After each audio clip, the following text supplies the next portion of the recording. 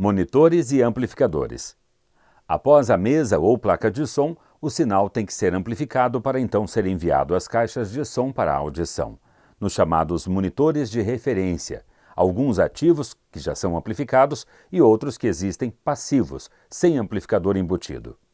As placas e mesas de som vêm com saídas analógicas para conectar-se aos monitores.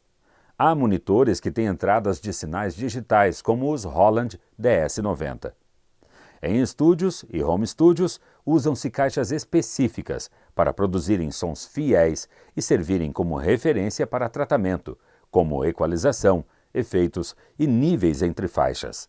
São de muita importância, pois você vai se basear neles para analisar e tratar sua locução, antes de enviar ao cliente.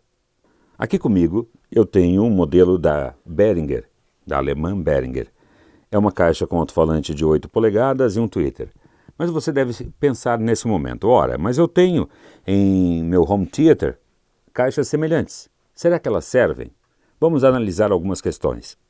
Essas caixas, ditas caixas de referência, são para que você possa avaliar o seu áudio pós-gravação, ou mesmo durante a gravação, e poder confiar nelas, na sua reprodução, da maneira de que o seu áudio gravado e aqui reproduzido tenha a mesma característica sônica. Porque muitas vezes você grava um áudio e reproduz em outro sistema de caixas e ele soa diferente. Mas não é porque ele está diferente, e sim porque a caixa reproduziu diferente. Então, caixas de referência para estúdios têm a tendência a reproduzir o áudio efetivamente como ele foi gravado. Mais características. Caixas de estúdio nem sempre são usadas para se trabalhar com volume, com nível de pressão sonora ou volume alto. Usa-se volumes médios para baixos, porque, primeiro, você vai trabalhar muitas horas ouvindo esse áudio. Muito tempo de pressão sonora alta pode lhe causar sérios danos no aparelho auditivo. Então, cuidado. Para isso, essas caixas então trazem alto-falantes com a chamada suspensão acústica, que é essa, em alguns casos, espuma, e no caso aqui, borrachinha, que suspende o cone do alto-falante. A característica técnica que explica essa existência é o seguinte. Com esse tipo de suspensão, o cone se move com muito menos nível de sinal elétrico na sua bobina, né? Com menos potência de som no alto-falante. Isso faz com que ele reproduza, mesmo em baixo volume, frequências mais baixas, como grave ou médio grave. Você não precisa dar volume para perceber essas frequências em caixas desse tipo. Mais ainda, os dutos sintonizados, chamados de dutos sintonizados, que são essas cavidades, fazem com que o grave reproduzido atrás do alto-falante também seja projetado à frente. Nem todas as caixas de estúdio são projetadas assim, algumas têm a saída para a traseira, mas todas são projetadas de maneira que o ouvinte à frente possa ouvir em qualquer nível todas as frequências. Seus tweeters também são projetados para reproduzir uma faixa dinâmica bem extensa, partindo do ponto em que o alto-falante para de reproduzir, mais ou menos ali na casa dos 1000 Hz aproximadamente, e dali para cima o tweeter vai fazer o papel.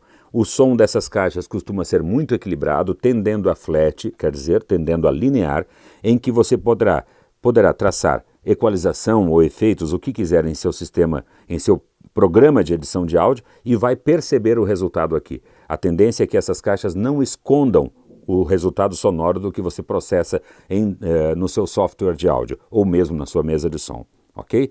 Então, muito cuidado ao escolher caixas de referências para estúdio, pois não são todas as caixas de som fabricadas no mundo para o seu sistema de som pessoal, sua casa, que servirão para esse propósito. Elas têm particularidades. Atente para esse fato, consulte sempre uma loja especializada ou um técnico de sua confiança.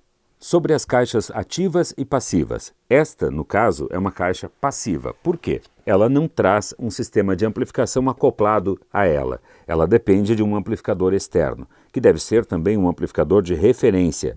Amplificador feito para a finalidade de servir para esse modo de trabalho em estúdios, não o seu amplificador de tocar o baile ou coisa parecida. Ele tem características sônicas de resposta diferentes do que é preciso para esse caso.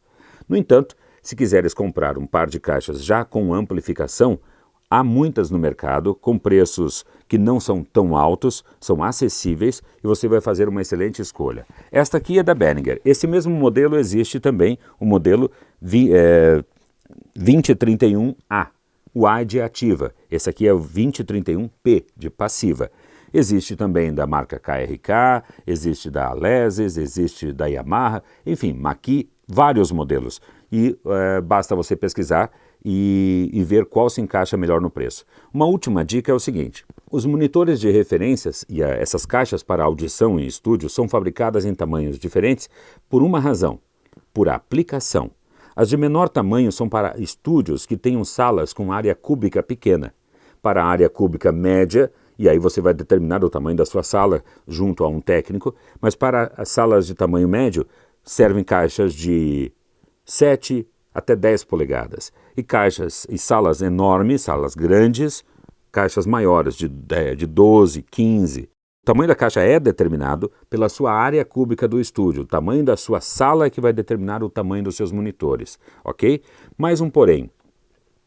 Seus monitores têm que estar sempre com esse plano mais ou menos no meio da caixa, com esse ponto na mesma altura de seus ouvidos. E a distância entre uma caixa e outra tem que ser igual à distância de uma caixa até você. Isso chama-se triangulação equilátera. E se você colocar elas direcionadas e na altura que eu falei, a sua audição vai ficar privilegiada, você vai ouvir com um som bem envolvente, bem direcional e vai poder perceber tudo que precisa ouvir em uma caixa de referência. Preste muita atenção no que vai comprar.